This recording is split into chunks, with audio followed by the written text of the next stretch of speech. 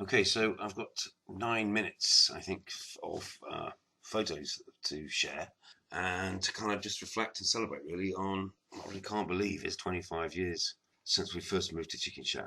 And it started with a dream. It started with a dream when in Zimbabwe, living in the Chimanimani Mountains. I got for the first time really a vision of what I wanted to do, or what I wanted to be part of, and I got included in the sort of world of permaculture. Met these amazing people in this amazing place, people who really inspired me and Sue, and it made us realize it was possible, perhaps, to create a kind of a life that we wanted. In some ways, we felt. Firstly, we thought it was going to have to be in Zimbabwe, and we came back to Reading. We ran a cafe, got involved in the Permaculture Association. We sort of went and visited projects around the country, and slowly started to realise that there's this whole permaculture community was really starting to take off, across the UK. Moved to Machynlleth, started working at the Centre for Alternative Technology, and met sort of the right people who inspired, again enabled us, if you like, to gain the momentum to start this project when dreams become a reality, turning point. It was a fairly sad place, and when we found it, although I instantly knew that it was the place we were looking for. Been forgotten, been on the market for 4 years, was pretty run down, never been modernised. Well, this thing, and it was a kind of a remote place, a beautiful place, but out on the edges of Snowdonia National Park, between the mountains and the sea. Stunning, stunning, beautiful place that I instantly fell in love with, and became my home for the next 13 years, and inspired me to go on and get involved in cooperatives elsewhere. These are shots of Cardigan Bay, Tywin, seeing from the looking across Broadwater to Cinnymouth. These are really special, beautiful places, beautiful parts of Wales. It's really one of my favourite places, I have to say. Looking north to the Llŷn Peninsula, across Cardigan Bay. Again, there's just loads of kind of random out of order photos of the very early 3 years, plus a couple of modern ones. The Permaculture Association office was in the old garage at first. The first 3 or 4 years, so it gave us some work on site. I think it was the second or third year we managed to get a grant from Gwynedd County Council, over £33,000 I think they spent on the house, which was, again, it took a lot of organising, and was sort of transforming.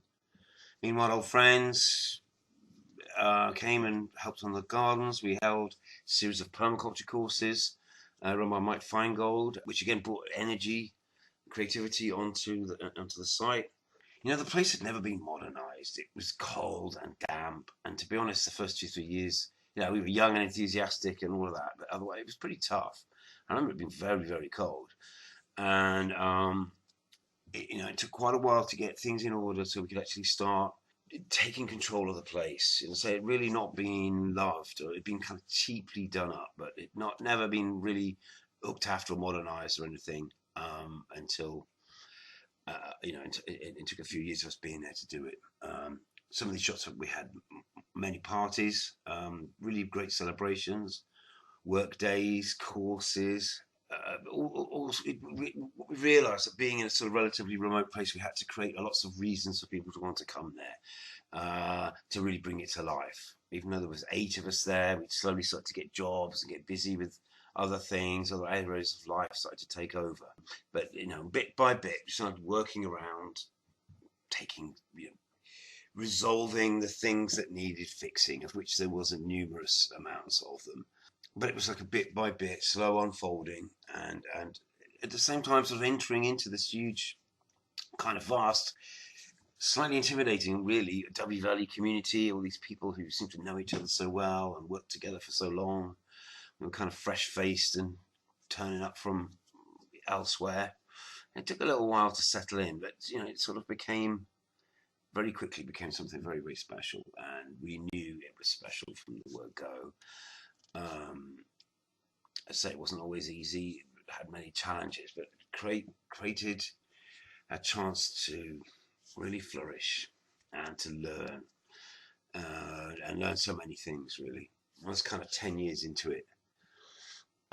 Into being there, until I suddenly realised I had all of this experience, and I'd sort of been immersed in working for the Permaculture Association, working for a Centre for Alternative Technology, living in this housing cooperative community, attending Radical Roots meetings, growing food, building houses, doing all that sort of stuff. And, it starts to rack up the experience. And obviously being involved in education, communicating ideas around sustainability. I was deeply involved in the membership department at conferences and stuff at the CAT, producing, helping produce their magazine, Clean Slate. It just brings you into a world of new possibilities and of creative people who have a positive outlook. It was something which I'd searched for years, and being stuck in Reading, it always felt like people were just moaning, or I don't know, stuck in a rut, or just running very hard on a treadmill to kind of stay still. Suddenly, being in Wales, being in this place, changed all of that, and suddenly it became a world, a world of possibilities, new experiences, all sorts of things, really. Hands-on experience, a chance to have fun, a chance to kind of set your own agenda and set your own priorities, and to be able to work at something over an extended period of time, so you could have an actual long-lasting impact. So much care and love went into that place in the early years. It still does, I'm sure. It was just a very unique and special time to be there, at the beginning of something. And say, it became a fixture for 13 years of my life. So I saw immense transformation, the turnover of people. I was the last of the regional occupants to leave. Life takes over and pulls you in different directions, I guess, ultimately. But what I left with huge amounts of skill and experience and insight and knowledge and connections and experience and confidence, and made everything else that's happened since possible. So I'm enormously grateful. Anybody who invested in it, supported at it, came to one of our parties or work day, contributed, or has lived there since. I'm grateful to everybody who's helped that dream become a reality. I talk about it, reminisce about it, and teach about it all the time. It's never that far from my thoughts, although kind of excited and delighted to be where I am now at Dragons and haven't had a chance to apply what we learned there, really. The whole experience has been awesome, and these last few slides take us to Llanrhaeadr Mochnant, where we are now, and through moving to Llanrhaeadr, Llanfochnant area, connected us to Africa, which connected us to Uganda, and the whole next chapter of our lives, and again, chance to take some of what we've learned and our other projects and apply it here in this community. And I'm tremendously, again, proud and excited and pleased about what we've managed to achieve here as well since we've been here. One School, One Planet project, the East Africa Permaculture Convergence, so many things, and now here at Dragons.